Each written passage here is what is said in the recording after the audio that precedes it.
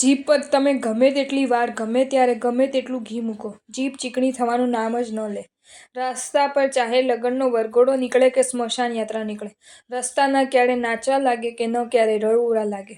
આકાશમાં સૂર્ય ઉગે કે અસ્ત થાય, વાદળ ઘેરાય કે વરસી જાય, ધૂળ ઉડે કે અગ્નિની જ્વાળા ઉપર ઉઠે, આકાશને એની કોઈ જ અસર નહીં.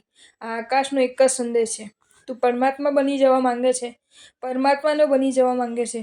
સૌથી પહેલાં એક કામ કર, અપ્રભાવિત રહેવાની તાકાત કેળવતો જા. ન તું વસ્તુથી પ્રભાવિત થાય કે ન તું વ્યક્તિથી કે પરિસ્થિતિથી પ્રભાવિત થાય. તને ખ્યાલ આવી જશે કે આકાશવત બન્યા રહેવાની મજા શી હોય છે. જો તમને આ વિડીયો ગમ્યો હોય તો આ વિડીયોને લાઈક કરો અને મારી ચેનલ જૈન ફેક્ટ્સ એન્ડ સ્ટોરીઝને સબસ્ક્રાઈબ કરો. ધન્યવાદ.